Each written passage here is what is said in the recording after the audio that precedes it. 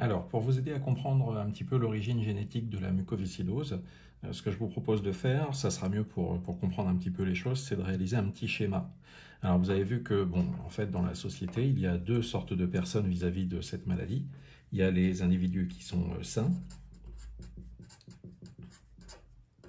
et puis il y a les individus qui sont atteints de la mucoviscidose. Donc là, on va mettre individus malades. Bien. Alors vous savez que les symptômes de cette maladie, ce sont une grosse détresse respiratoire du fait d'un mucus qui est trop présent dans la paroi des bronches et puis qui étouffe le système en quelque sorte. Ce mucus trop épais ne peut pas ramener les poussières atmosphériques vers l'extérieur et puis donc ça occasionne des difficultés respiratoires graves. Alors, vous avez vu dans les schémas précédents que l'origine génétique, c'est une maladie génétique, la mucoviscidose, elle se situe quelque part sur le chromosome de la paire numéro 7. Alors, ce que je vous propose de faire, c'est de dessiner les chromosomes de cette façon. Donc, ici, vous voyez, on va faire deux bâtons qui représentent les chromosomes. Donc, vous savez que les chromosomes, on les a par deux, par paire, et puis pour identifier cette paire, on va mettre le numéro de la paire, donc la paire numéro 7. Alors, évidemment, les individus malades ont eux aussi deux chromosomes 7, hein. Il ne s'agit pas d'une trisomie ou d'un manque de chromosomes, ils ont bien leurs deux chromosomes 7 eux aussi. Bien, maintenant dans le cours, vous avez vu que sur ces chromosomes se situent des portions localisées qu'on appelle des gènes. Et il y a un gène qui justement s'occupe de faire produire aux cellules dans la paroi des bronches le mucus pulmonaire. Donc ce gène, il s'appelle le CFTR, on va l'abréger nous par CF, et vous avez vu que ce gène pouvait exister en plusieurs versions. Alors les personnes qui sont saines ont deux fois sur ce chromosome 7 au même endroit.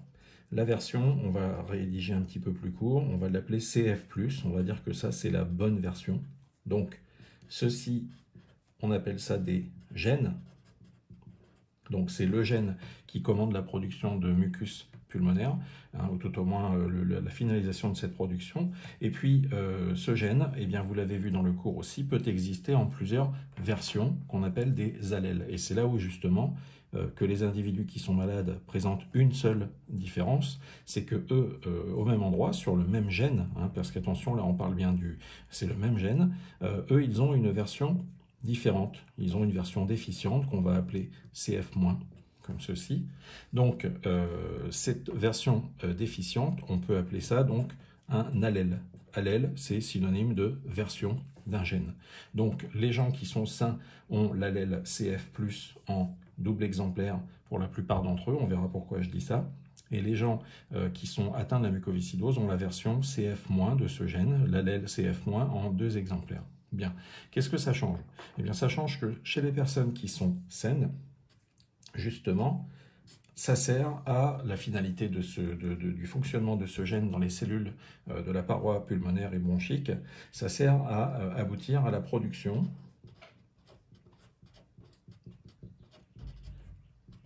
d'un mucus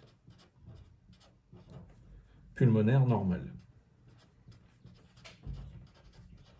Donc ce mucus a une épaisseur comme il faut, entre guillemets, il attrape correctement les poussières atmosphériques, les petits cils qui sont dans la paroi des bronches font remonter correctement ce mucus englué de poussière vers l'extérieur, on s'en débarrasse, donc c'est un système d'auto-nettoyage comme je vous expliquais dans le cours, ce qui fait que la personne qui possède la bonne version de ce gène, le bon allèle, eh bien n'aura pas de problème respiratoire. Donc, pas de difficulté respiratoire, en tout cas, pas de difficulté pour évacuer le mucus et les poussières. Autrement dit, vous voyez, si je remonte dans le schéma, on fait la boucle, eh bien, cette personne est saine, elle n'a pas la mucoviscidose. Maintenant, ce n'est pas le même cas de figure chez les individus malades, parce que justement, cette version anormale, cette anomalie au niveau du gène, donc l'allèle CF-, sa finalité, c'est que justement, il aboutit à une production d'un mucus qui est anormal. En fait, il y a toute une histoire de canaux, vous verrez ça au lycée, qui font que le mucus est beaucoup trop épais, il ne contient pas assez de molécules d'eau et donc il n'est pas assez fluide. Donc, production d'un mucus trop épais, Et de ce fait, ce mucus trop épais fait exactement le contraire de ce qu'il devrait faire, c'est-à-dire qu'il n'est pas capable de remonter vers le haut. Les petits cils microscopiques qui sont dans la paroi des bronches n'ont pas la force de faire remonter ce mucus. De ce fait, ce mucus descend au fond des poumons et puis il occasionne les graves difficultés respiratoires que l'on connaît sur cette maladie, à savoir les voies respiratoires qui sont obstruées, qui s'infectent, etc. Autrement dit, cette personne, donc, est atteinte de la mucoviscidose, elle a les symptômes, et donc, si je fais la boucle, elle est malade. On reviendra sur la mucoviscidose un petit peu plus tard, parce que vous verrez qu'il y a un deuxième cas de figure. Ça, c'est ce qu'on va analyser avec les deux maladies qui vont suivre, à savoir la drépanocytose et la phénylcétonurie. Donc, vidéo à suivre pour les schémas suivants.